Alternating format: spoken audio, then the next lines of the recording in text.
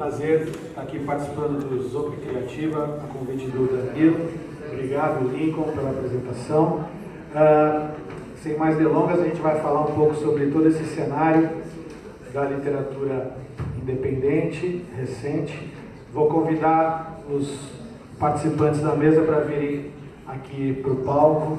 Madeleine Alves, Manuel Herzog. Aplausos, por favor.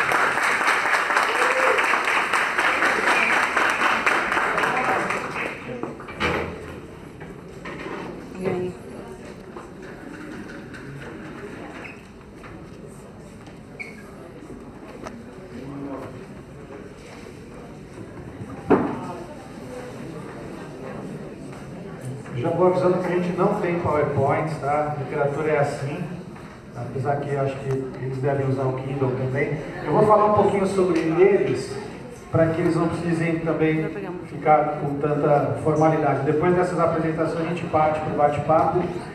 E vou dar um recado também que o Márcio Barreto, o terceiro componente da mesa, se ausentou por uma questão de saúde. E lamentamos que seria muito legal que ele estivesse conosco. Mas vou falar um pouquinho aqui da Madeleine Alves, produtora cultural, escritora e realizadora audiovisual. Atua em muitos projetos de literatura, artes visuais, eventos culturais, colaborações escritas para sites e blogs relacionados à cultura. Ainda assim, arranja tempo para observar a insustentável leveza do mundo e registrá-la em seu blog Signos Possíveis, que é também o nome de sua produtora. Vou falar aqui do Manuel Herzog, autor dos livros Decadência, Patuá, Sonetos de Amor em Branco e Preto, Prêmio PROAC 2015. Um advogado, cursou Direito na esplendorosa Faculdade da Católica de Santa... É aqui, né? Você também, formado aqui em Letras. Foi finalista com o romance Amazônia do Prêmio Sesc 2009. Coordena oficinas de literatura em Santos, na Estação da Cidadania, pelo projeto Ponto de Cultura. Rapidamente são as apresentações dos convidados. Eu já vou passar aqui para a Madeleine, para a gente fazer um bate-papo mesmo entre nós e vocês. A gente não vai ter tanta regra desses movimentos, 10 minutos, 15 e tal. A gente vai conversando. E eu queria que a Madeleine falasse um pouquinho mais sobre o seu caminho e as conexões com o nosso assunto da mesa. Legal, boa noite, gente. Obrigada, Fernando. Obrigada, pessoal da ZOP, pelo convite, pela oportunidade. Legal que a gente coloque essa relação aqui como um bate-papo, porque a literatura tem muito mais disso entre escritores e quem pensa em literatura do que alguma coisa formal. E os clássicos foram aqueles que quebraram as regras, então estamos quebrando. A minha formação, minha chegada na literatura foi através da faculdade, cursei aqui mesmo na instituição há 12 anos atrás, Faculdade de Letras. Eu entrei na universidade, na Faculdade de Letras, já pensando em fazer audiovisual, né, já pensando em fazer cinema, justamente porque eu fui adolescente na época, né, dos booms de adaptações literárias para cinema, né, de Harry Potter, Senhor dos Anéis, e muitos outros que vieram naquela época, né, foi um mercado bem explorado pelo audiovisual, ainda é, mas naquela época teve bastante projeção. E via que alguma coisa da essência das histórias se perdia nesse caminho, né? Então eu vim justamente para Letras para aprender a contar histórias, porque em última análise não importa o que você faça, né? Como você se expresse, todos nós contamos histórias e somos feitos delas, certo? E através da universidade, que foi uma base para mim, não de uma maneira academicista, mas de conceitos, porque eu entrei muito nova, com 18 anos,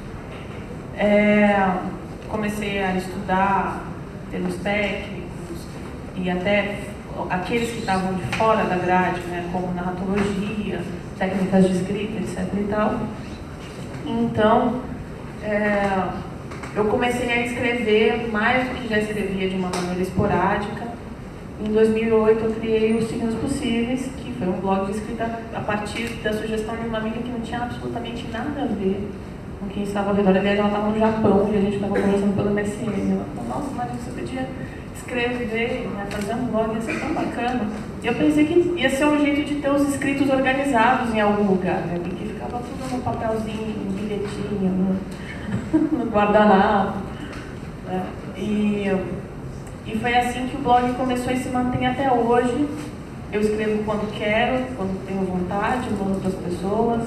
Não tem, desde o início ele não tem uma proposta Caxias de publicações toda terça e quinta, porque a ordem do poema é outra, né? Então, ela não tem esse relógio de ponto, né? Que você sempre escreve um poema, pelo menos não para mim, né? Tem pessoas que têm outros métodos de escrita criativa, mas para mim não rola, certo?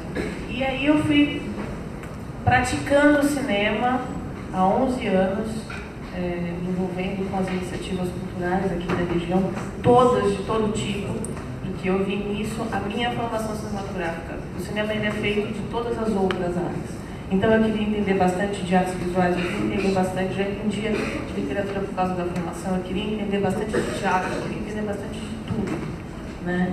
E até por restrições de recursos mesmo, né? Não tem como pagar uma formação tradicional em audiovisual. E nesse percurso eu fui começando a fazer todas essas coisas aí da apresentação, a conhecer as pessoas. E em 2011, eu e um colega meu ainda da faculdade, o Márcio Calegaro, nós pensamos em fazer um documentário sobre um recorte específico da literatura marginal aqui da região, de amigos que a gente já conhecia, que era justamente falar, que foi dado que ano passado a gente lançou, que foi o Pescadores de Palavras. Foi um documentário feito com o FACUT, né, o Fundo de Apoio à Cultura de Santos. E ele se propõe a analisar esse recorte da literatura marginal que começou nos anos 80, 79, 80 aqui na cidade, através do Grupo Picaré. Um dos integrantes, que foi o Valdir Alvarenga, criou a revista Mirante, que é a revista literária independente mais antiga do país. Né? E uma das coeditoras da Mirante Diagramadora, que foi a Cláudia Brino, através de uma desilusão de publicação editorial que foi um fiasco, né? Criou a própria editora, a própria selo editorial artesanal Costelas Felinas, que hoje existe há 20 anos. Então, a gente identificou aí uma manifestação cultural muito peculiar e que estava se perdendo, porque ninguém lembrava do que era o Picaré direito, algumas pessoas sabiam, outras pessoas não. E a gente falou, não, essa história a gente tem que contar antes que se perca. Né? E esse é o meu percurso que ainda continua. Erzog, boa noite. Conta um pouquinho aí da caminhada, primeiro como escravo, se quer que você fale um pouco da escravidão e da literatura. Boa noite. Bom, eu primeiro entro esclarecendo que eu nunca consegui, e é uma deficiência minha, eu nunca consegui levar a literatura no caráter de uma profissão. Embora fosse a minha aptidão desde criança, o que eu gostava de fazer, eu era aquele menino que hoje, com um aparato tecnológico, se chamaria nerd. Na época não tinha aparato tecnológico, eu ficava com os livros lá.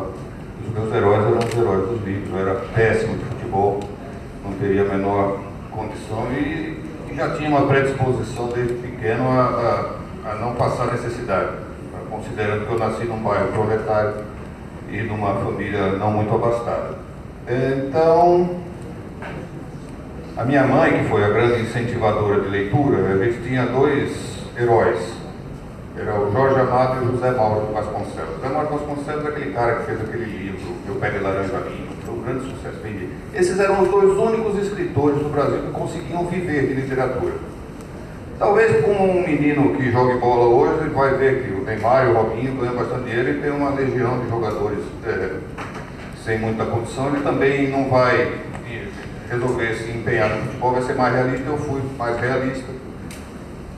Aos 19 anos fui trabalhar na indústria de escravo, como o Zé está falando. E resolvi comprar a minha alforria, porque eu achava aquele mundo horroroso. E dentro da indústria mesmo eu resolvi fazer alguma coisa que me tirasse daquilo. Minha paixão era letras. Antes de entrar na indústria, eu tinha passado em letras na USP, podia ter conhecido a nada da literatura contemporânea, podia ter feito letras aqui em Santos, mas já na indústria eu vi, não, eu preciso sair daqui, cara. E a indústria, na época, ainda pagava um salário, eu precisava de alguma coisa que me tirasse de fazer direito, na gloriosa Unisantos. Haja vista que nós não temos universidade pública nessa cidade por obra dos nossos queridos deputados que afastaram a vinda da Unesp, e nós temos aí um cartel de ensino privado, porque aqui no Brasil é assim, né? Para o rico, a escola pública de qualidade, para o pobre, a privada. E é isso aí. Mas enfim, paguei minha faculdade, me esfalfei lá, nesse tempo estava casado, fiz filhos, né? Enfim, foram 20 anos depois tentando formar uma carreira como advogado e... bom, o que esse cara está falando? Ele não é escritor? Não, não sou. Quando eu mexi com o saco de tudo isso, quando veio Sérgio Moro, Gilmar Mendes, quando veio todo esse golpe nojento que a gente está vendo, que afundou esse país nessa bancarrota moral e econômica em geral que nós estamos, eu me desiludi de uma maneira tão profunda com a profissão do direito. Eu cheguei a ser presidente da OAB na minha cidade, e hoje eu tenho uma vergonha muito grande, até do papel que a instituição teve. Aí eu falei, já fiz meu pé de meia, agora eu vou escrever. Então eu resolvi ser feliz. Voltei a fumar, comecei a beber, separei, toda a barraca. E foi essa a minha vida. E aí conheci essa pessoa aqui, que foi o meu grande mecenas, que foi o meu primeiro editor, eu devo muito ele que publicou meu primeiro livro. E daí para frente foi um caminho de glórias maravilhoso. Eu não ganhei até hoje um centavo com literatura, mas eu me considero uma pessoa bastante realizada.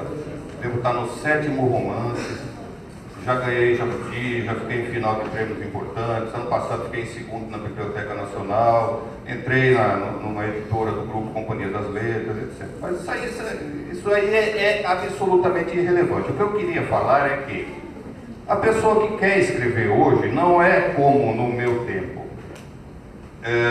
Os avanços tecnológicos e sociológicos permitiram a formação de uma série de iniciativas coletivas, de grupos que estão interessados em fazer isso.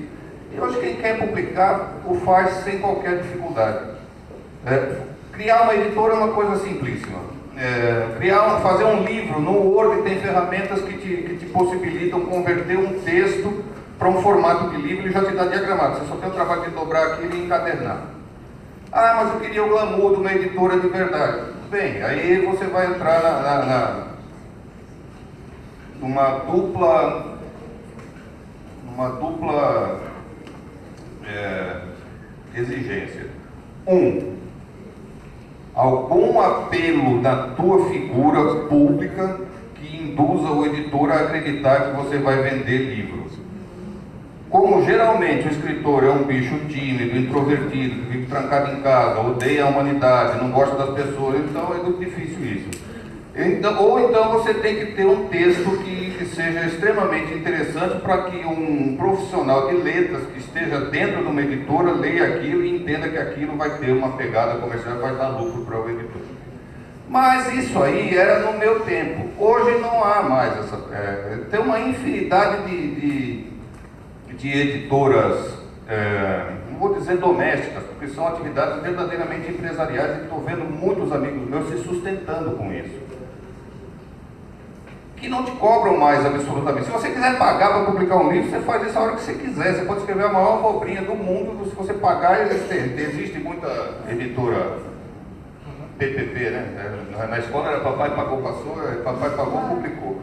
Também é possível, mas existem muitas editoras sérias que publicam, se gostarem da tua obra, estão aí para te dar uma oportunidade. Você não precisa mais fazer como antigamente, que tinha que fazer uma tiragem industrial para distribuir em rede. Hoje você faz uma tiragem de 100 exemplares, que é mais ou menos o que você vai vender, e é muito satisfatório. Então, eu participei de movimentos de poesia na juventude, o próprio Grupo Picareca. Eu não participava ativamente, mas sou muito amigo do Valdir.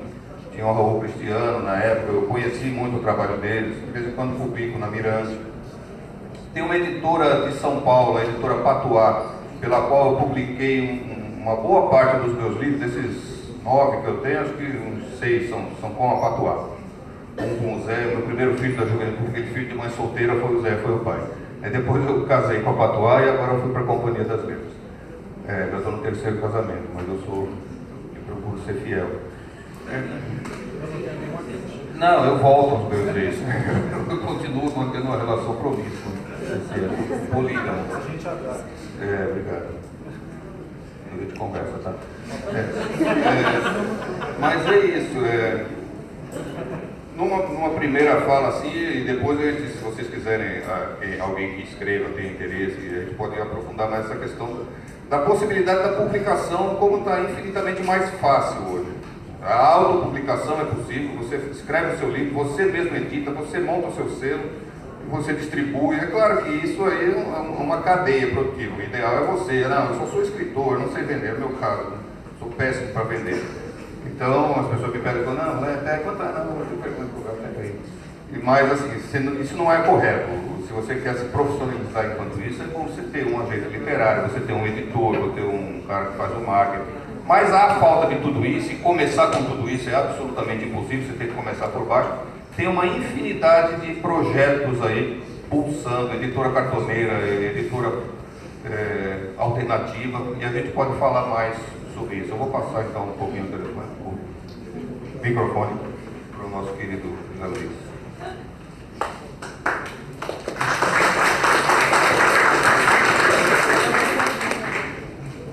Valeu, Osório, obrigado. Madeleine, eu vou pegar agora trechos das falas de vocês e a gente vai tentando aprofundar um pouquinho. Quando você fala dessa mistura e da atuação múltipla em várias formas de manifestação artística, e falando do audiovisual para a literatura, dessa migração, adaptação, por que você acha que o leitor, quando vai ao cinema, ele sai frustrado quando ele lê primeiro a obra? Você acha que o diretor do filme ele é mais um leitor e rola um ciúme? Olha, eu acredito que sim. Na verdade, quando a gente se aprofunda mais a respeito de técnicas de adaptação, a gente entende que aquilo é uma leitura possível e você tem uma limitação de tempo no cinema também, né? Por exemplo, livros que tem 300, 500 páginas, quantas horas você iria levar vendo isso, ipsis literis?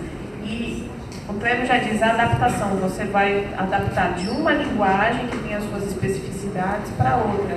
E isso já tem uma taxa de perda natural, né? Então, não adianta o fã, o leitor fã do livro achar que ele vai ao cinema ver o livro que ele leu, porque ele não vai, né? Eu vi uma vez se é verdade que quem faz uma adaptação cinematográfica acaba tendo que lidar hoje com 7 bilhões de histórias criadas na cabeça de cada um, né? Se 7 bilhões, se todo mundo ler o mesmo livro, vai ser um livro diferente para cada um, porque cada um tem uma memória, uma cabeça, um repertório, uma vida, etc. e tal. Então, assim, de ambos os lados, tanto de quem faz quanto de quem vai assistir o filme, tem que rolar um exercício de desapego, entendeu? Vai ler um pouquinho de Buda, vai ler um pouquinho de desapego, depois vai no cinema e vai entender que lá você pode ou não encontrar a essência daquilo que você leu, né? E principalmente encontrar uma outra leitura a respeito daquilo que você leu. E até mais do que isso, você vai encontrar uma ponte sendo feita, porque o nosso mundo hoje, ele é eminentemente audiovisual. A gente está o tempo todo tão bombardeado de imagens que quando você fecha os olhos é quase um bálsamo, né? Porque é todo o tempo, é em todo lugar, é todo tempo, é na palma da mão, é ao redor, né? Todo mundo é um produtor audiovisual em potencial hoje. Uma coisa doida, e você tem que saber lidar com essa doideira, né? Então, assim, é bacana que a literatura também ocupe esse lugar do audiovisual para mostrar que não é só um papel, né? É muito mais do que isso. Quer falar alguma coisa dessa relação do cinema e literatura?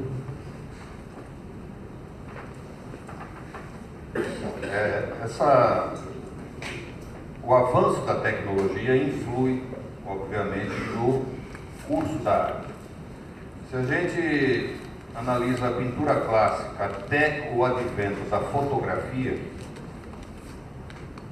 a pintura acadêmica imperou até ali. E a partir de então, a gente começou com o movimento de abstração, cubismo, pontilhismo, essas coisas que já não guardam mais relação com a fidelidade ao modelo. Porque Aristóteles, Platão já diziam, né? A arte é uma maneira de imitar a vida, é criar uma ilusão daquilo que se vê aqui. Mas a função da pintura é o quê? O que o grande pintor quer fazer? Ele quer mostrar ao mundo a maneira como ele vê o mundo. Por isso, o quadro do Velázquez difere do Rubens, que difere do Picasso, que difere. O Picasso, muito sabidamente, já num tempo mais moderno, começou a inventar outras coisas. Você vê aquelas caras do Picasso, que o olho da mulher está aqui, e você tem um outro que devia estar lá atrás e está aqui. Ele subverteu as dimensões da coisa. A quarta dimensão ele joga para um plano bidimensional, que é uma tela. Por que ele tem a liberdade de fazer isso? Porque a fotografia tomou o lugar de fazer o retrato. Havia pintores profissionais que eram pagos para retratar as pessoas, uma vez que você não tinha como fazer um registro fotográfico. Então os pintores reproduziam com a maior fidelidade possível. A literatura, o que é? É a capacidade de contar uma história. Tá. Mas ela não se faz apenas pela história que está na cabeça do escritor. Como dizia Lacan, quem nos diz o que nós somos é o outro. Portanto, a literatura é um processo que é coletivo. O livro só passa a existir à medida que o leitor o lê. E o leitor, quando o lê, cria uma situação na cabeça dele que é muito própria dele. Por isso, muitas vezes, você escreve um livro querendo dizer uma coisa e disse absolutamente outra. Exemplo disso. No meu último livro, Da Jaca do Cemitério, tem um personagem que se chama Santiago. Esse personagem sofre uma traição da mulher, tem toda uma trama que envolve uma questão de adultério, que ele mata a mulher e o amante, etc. E não tem nada a ver com a minha vida. É só a minha vida. Não. O cara que roubou a mulher de mim está muito bem, somos até amigos. Estou correndo para ele.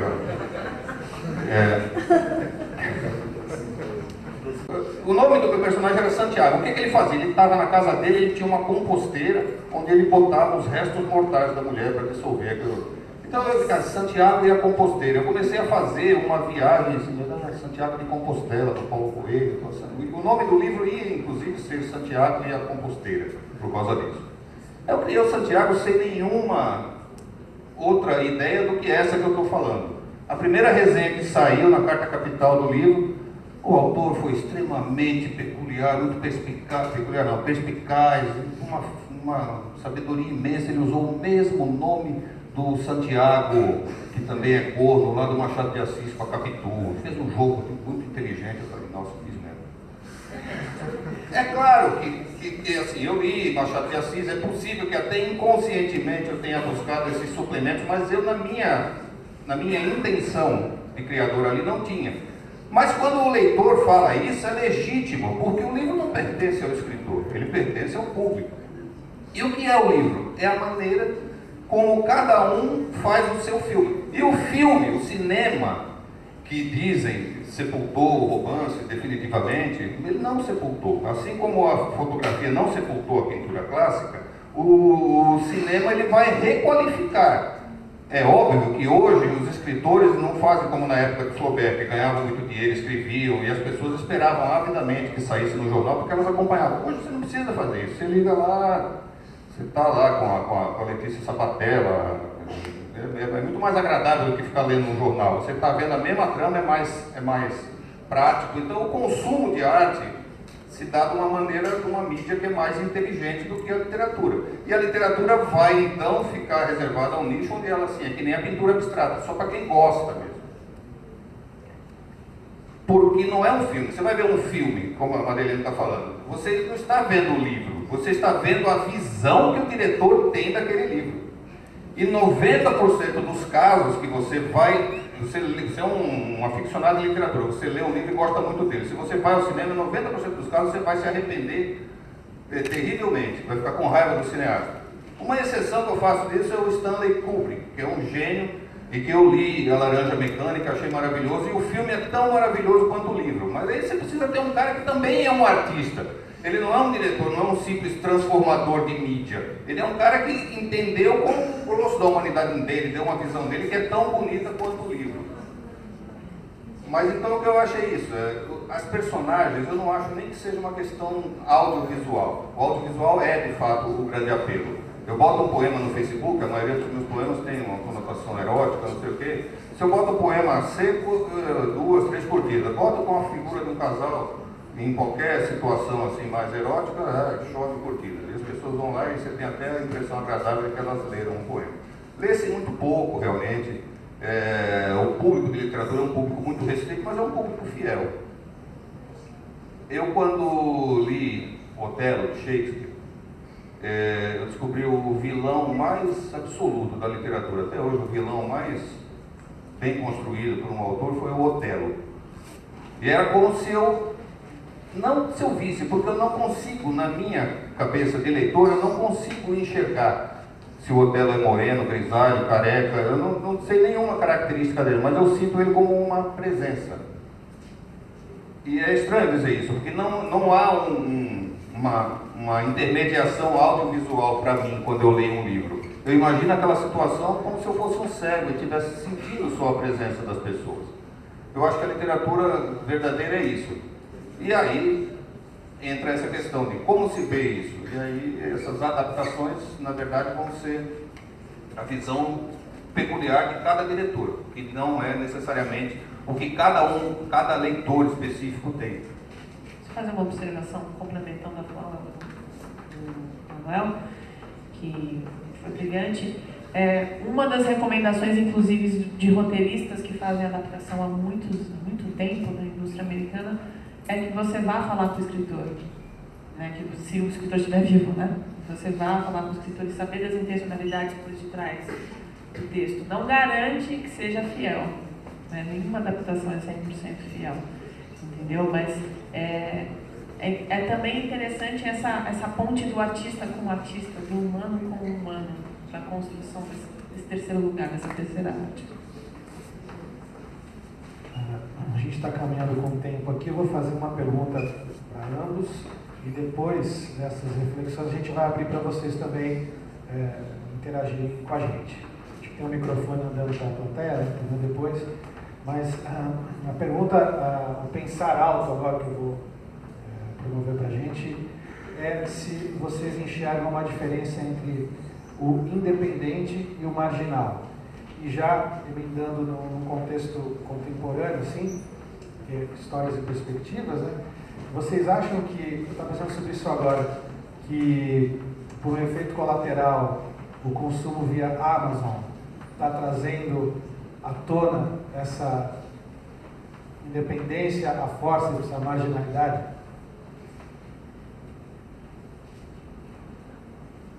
Bom, eu vejo, depois de ter feito o documentário, eu entendo a literatura marginal de uma outra maneira, assim. Até acho que a gente está num segundo momento, porque a literatura marginal começou como marginalizada fora do mainstream de publicação, fora da rede de publicação das editoras convencionais.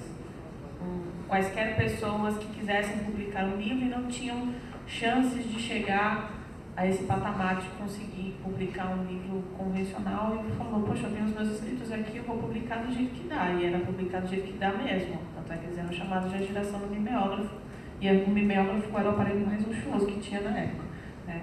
Era xerox, era pichação nos muros, etc. e tal. Hoje eu vejo que a literatura marginal ela ganhou um outro contexto, porque ela chegou na periferia, né? E as pessoas da periferia tendo acesso, com a democratização das publicações, como o Germano falou, tendo acesso a mecanismos de publicação e até as próprias mídias mesmo, né? Existem muitos escritores hoje que começam muito mais nas redes sociais do que necessariamente no objeto livro, né? Então eu vejo aí, de repente, uma segunda geração do movimento marginal.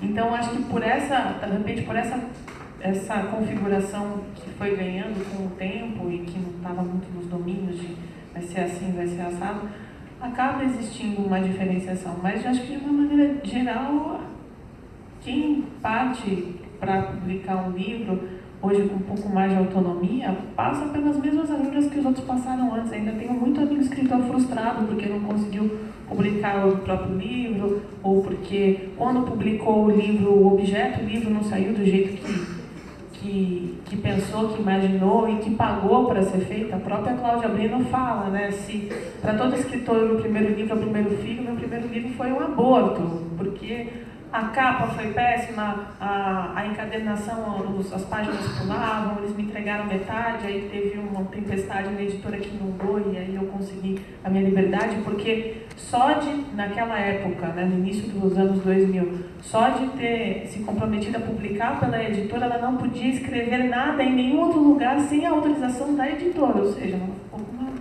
uma bola de chumbo amarrada aí. Então, eu vejo muito positivamente que outros meios estejam disponíveis, como a Amazon, etc. e tal.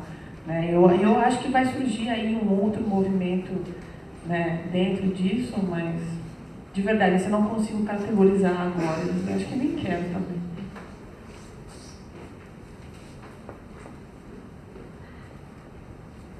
Há duas pilastras nessa coisa.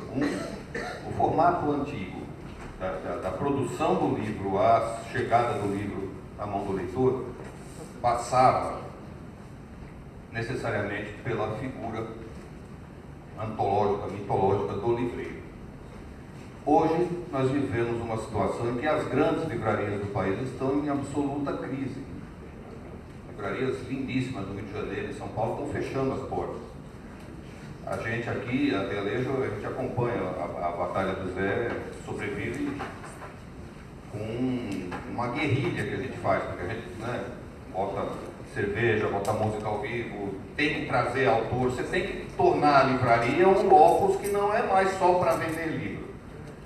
Grande parte da culpa disso foi a sedução das próprias livrarias ao Deus Mercado, que o Fernando Henrique tanto endeusa, mas que necessariamente arte e mercado são dois conceitos que são absolutamente dissociados.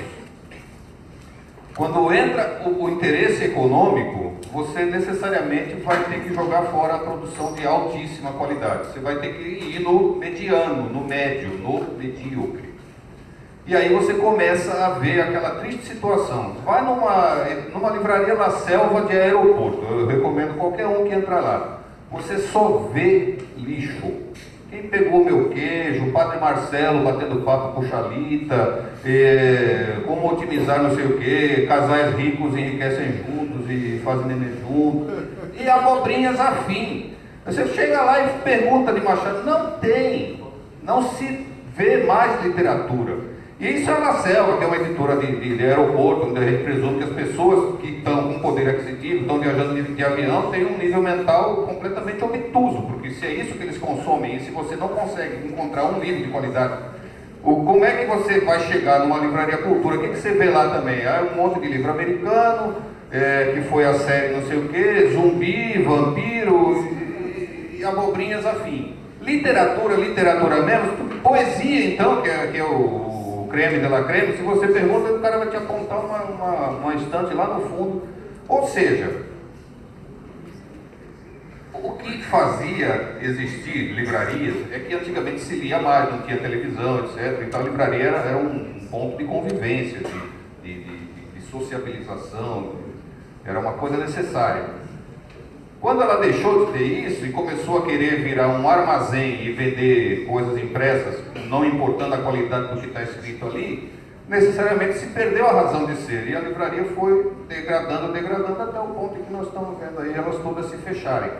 O que não significa que a demanda do ser humano por se fazer expressar e a demanda do outro ser humano por ouvir a expressão do seu irmão o mercado não tolhe isso, o mercado não consegue matar isso. Então as pessoas continuaram produzindo. E aí a cadeia produtiva, que é absolutamente servil ao mercado, a editora quer vender, a livraria quer vender, todo mundo quer vender, e a qualidade que se dane, começou a haver toda uma produção paralela. Inicialmente, nos tempos primordiais, que não tinha tecnologia com mimeógrafo, e com o advento do computador. E as gráficas hoje não são mais do que um computador, uma impressora igual a essas domésticas que a gente tem. O cara vai lá e agrega uma capa. Então você começa a ter uma produção de boa qualidade, que também tem um valor de mercado. Se você for reduzir tudo a mercado, ou se você quiser ser marxista e dizer que tudo passa pela economia, e passa mesmo, mas é que o mercado, preocupado no lucro, está preocupado em vender a rodo e se lixando para a qualidade. Mas o nicho de qualidade artística, realmente, que o mercado convencional não absorveu, passa a ser absorvido por uma série de iniciativas independentes e coletivas. As pessoas conseguem, e está se produzindo literatura de melhor qualidade do que nas grandes editoras. E se não é de melhor qualidade, é porque as grandes editoras ainda têm uma cadeia de estrutura de produção do livro, revisor, capista, imprensa, tem toda uma situação que a pequena ainda não tem. Mas eu tenho visto muito mais talentos surgirem no underground do que no mainstream.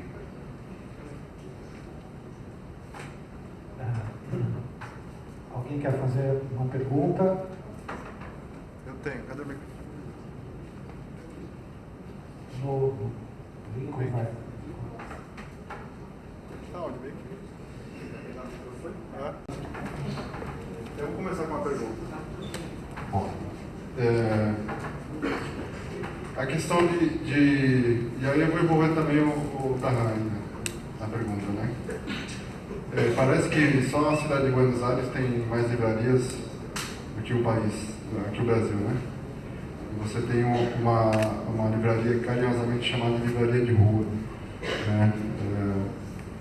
A porta está ali com livros diferenciados, com você atendendo, indicando livros que leu, tendo essa humanidade, vamos dizer assim, dentro da relação com a literatura mediana, mas essa relação.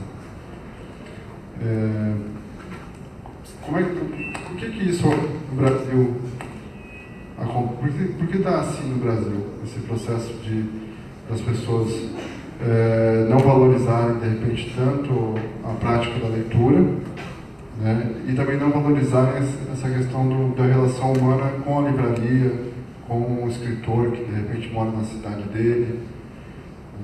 Acho que é por aí. Esse apontamento de Buenos Aires, ele realmente fazia sentido há alguns anos. Acho que a gente ultrapassou, que não é também uma glória tão grande, porque a gente é um continente, né? E agora com essa derrocada do mercado em ruínas editorial, promovido muito pela própria incompetência das redes e má gestão, investir em tijolo e economizar no humano,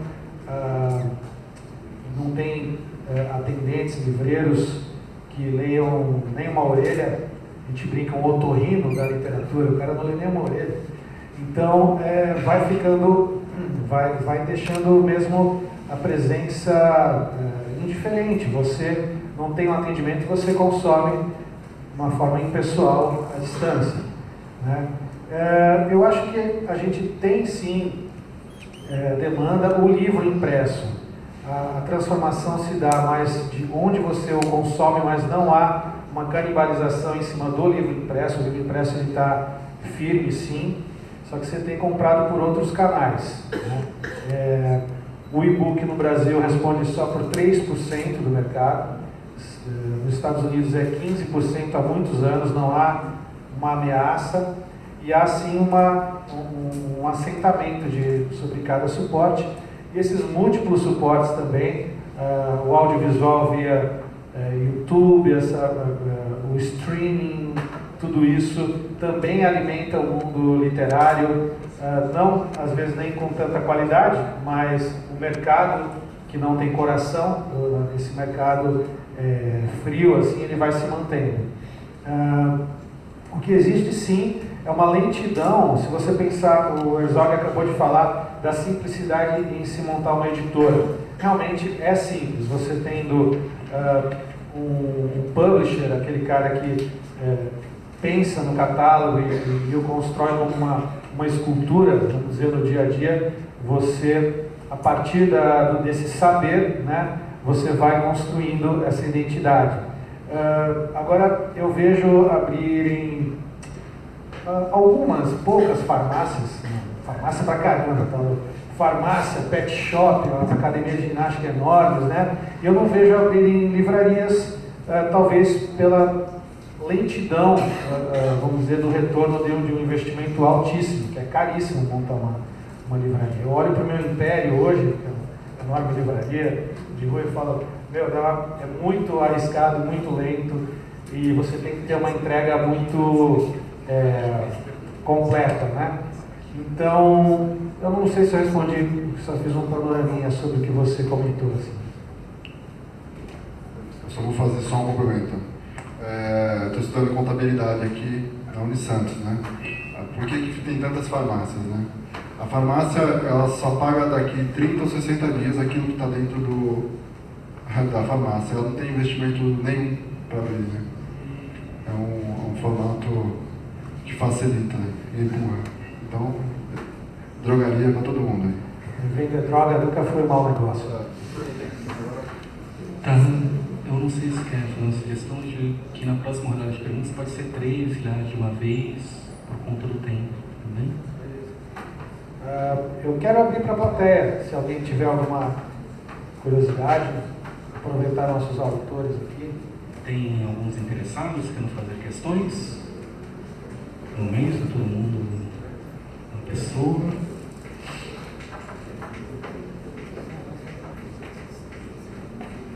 Tem outros também que estão interessados, que já faria uma rodada geral.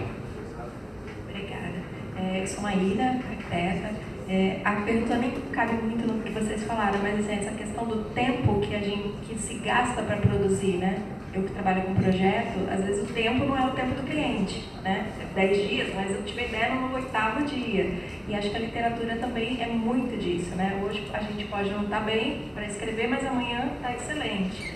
Eu queria que vocês comentassem isso, até nessa dificuldade de empreender o próprio negócio através da literatura, né? Porque não é um tempo, você não recebe por esse tempo, né? Você recebe pela produção, então você pode ter gastado 5 dias e uma outra pessoa ter produzido em 5 horas, e aí é isso que não vai ter ser mensurado, né, financeiramente. Então, se vocês pudessem dar esse breve apanhado do tempo, né, de produção, do empenho, né, e desse retorno de prazer e financeiro, né? Obrigada. Tem mais alguém que quer fazer alguma questão? Vamos fechar a rodada dessa forma. Ok. Então, mas a gente até estava conversando, ele estava antes de conversar sobre como aplicar a economia criativa na literatura. Esse desconhecido. Obviamente, quando você já fiz alguns textos que foram demandados, né? Quando você está trabalhando num sistema de job e você tem uma cabeça um pouco mais afinada com essas questões mercadológicas, às vezes dá certo, às vezes não dá. Às vezes você faz um texto que você fala, queria tanto ter feito uma coisa melhor, sabe? E às vezes você faz alguma coisa que você fala, nossa, isso aqui até que ficou bem. Né? Eu acho que a literatura ela tem mecanismos próprios, e até essa transformação da ordem das coisas que a gente está presenciando, né? Porque como a gente estava falando, né, as grandes cadeias elas também estão sofrendo consequências das próprias escolhas que fizeram, né? Eu lembro que era muito frustrante, eu ia uma livraria perguntar alguma coisa, a Realejo era uma das poucas onde você falava essa de Queiroz, Machado de Assis, e olha, inclusive teve uma adaptação para quadrinhos feita a partir da literatura, sabe? Te dava referências, te dava um feedback, e enquanto que um atendente de uma grande rede olhava para você como se você estivesse falando aramaico arcaico, né? Então eu não estou tão por dentro assim de como opera-se hoje dentro do mercado literário, mas eu acho que a criação ela é de uma outra ordem. é importante que você esteja sempre em contato, acho que, com a linguagem, né? De alguma maneira, por mais que hoje a minha atuação está muito mais ligada a fazer audiovisual, pensando na literatura e bebendo na literatura do que necessariamente fazendo literatura, é importante que você sempre saiba para onde voltar. Essa, pelo menos, é o meu norte. Assim, eu sei para onde voltar, né? Tem gente que não sabe. Então... Obrigado pela pergunta, porque assim, ela me situa numa coisa. Nós estamos num evento de economia criativa aí. É necessário compreender que assim, o objeto do livro induz a relação de uma cadeia imensa de produção. O autor, o revisor, o diagramador, o capista, o vendedor, o livreiro, o balconista da livraria, etc. Eu faria uma divisão em 3 blocos dessa cadeia. A parte da criação, o autor, a editora, como se monta uma editora, o que fazer, e uma livraria, como montar e gerir uma livraria. Isso aí o Zé é a pessoa mais adequada para falar de tudo que ele não fez. Eu também ajuda para livreiro. Autoajuda para livreiro. Coach de livreiro. Coach. Na moda, ser coach. Sinto bem. Gente, eu parto dessa minha visão anticapitalista. Escritor não produz, escritor não... Você está de manhã assim no sofá fumando um cigarro, olhando para o teto, a pessoa fala, o que está fazendo? Eu estou trabalhando, criando. Aí se você sai, vai carpir o quintal, você já não está mais fazendo nada. Então é uma parte da produção que não dá. Juan Rulfo foi é o ócio criativo lá, que o Domênico De Masi fala, exatamente. Tirar do ócio alguma coisa, né? Para dar a possibilidade do ócio para as pessoas, para livrar as pessoas dessa carga de escravidão que a gente vive, que a gente vive condenado a trabalhar para produzir para os outros, não para nós. Mas eu ia falar que o Juan Rulfo, o maior escritor mexicano, que produziu um livro maravilhoso, ele fez um livro, que é um livro muito pequeno, chama Pedro Páramo, um sucesso absoluto de literatura. A vida inteira dele foi isso. Ele passou alguns anos depois do grande sucesso que ele fez, tentando escrever um outro, não conseguiu. E o Camilo Castelo Branco tinha 100 e poucos romances. O Jorge Amado deve ter feito uns 30, 40 romances. Cada um produz de uma maneira, o que não significa absolutamente nada, porque nenhum deles ficou rico com isso. O escritor, se for vir a ganhar livro vendendo livro, está vendendo coisa para consumo, não é alta literatura. Todos os caras que fizeram alta literatura, que me conste, morreram durangos, enriqueceram os senhores editores e livreiros. Eu também sou um explorado nessa cadeia. A Luiz está aí, indo para Portugal todo ano com os meus filhos. Não vou voltar, não. Mas assim, eu acho que é importante falar, que não sei se é muito importante falar de abrir livraria hoje em dia, que também não está uma... Mas uma coisa que está muito interessante se montar hoje em dia é uma editora. E assim, por uma razão muito simples. Os escritores estão escrevendo para eles mesmos. É igual os nerds, os tímidos do mundo inteiro se reunirem e vão fazer um suruba entre nós. Todo mundo vai fazer sexo, todo mundo vai ficar feliz e a gente vai ver esse atividade. É um clube fechado. Os escritores estão consumindo a produção deles mesmos, e eles mesmos estão montando as editoras. A grande maioria das editoras pequenas, independentes que eu conheço, são de gente ligada à arte, que muitas das vezes montou a editora para publicar o seu próprio livro. E aí encontra um filão interessante, porque qualquer aquele cara que vai chegar e fazer um livro na vida, ele tinha um sonho, um desejo, queria fazer open boy, queria fazer um livro de poema, ele vai fazer aquele um livro. Quando ele vai vender para tia, para irmã, para vizinha, para comadre, para não sei o que, ele vai levar 30, 40 pessoas que vão comprar aquele livro, ele vai se dar por realizado, não sei o quê. O editor vai ganhar com isso também, porque aquele livrinho, porque um livro é uma coisa muito barata para produzir. Se fazer uma tiragem de 100 exemplares, eu não sei dizer quanto sai, mas para essas editoras que fazem uma tiragem de 5 mil livros, por exemplo, um livro que em média vai custar R$40 na livraria, produto final, não custa R$7 para ser produzido. É mais ou menos isso aí que a gráfica vai cobrar. A farmácia dá muito mais lucro, o remédio é muito barato, vende muito mais. Só que a questão do lucro é o que eu estou falando, prostitui as coisas.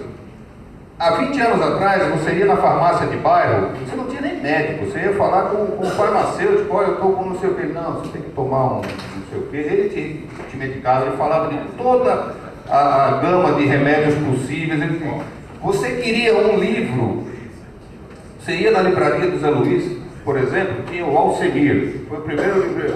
Alcemir, não sei o que, eu parava, eu ia na livraria tomar café e conversar com o vendedor, porque era um cara que manjava de literatura pra cacete.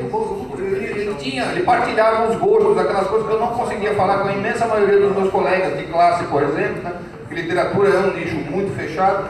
Eu ia na livraria para conversar com aquele cara. É um cara que tinha plena ciência do ofício dele. Hoje você vai numa farmácia, a única coisa de interessante para todo esse que a pessoa fala é se tu quer CPF na nota ou quer aproveitar a promoção e levar camisinha.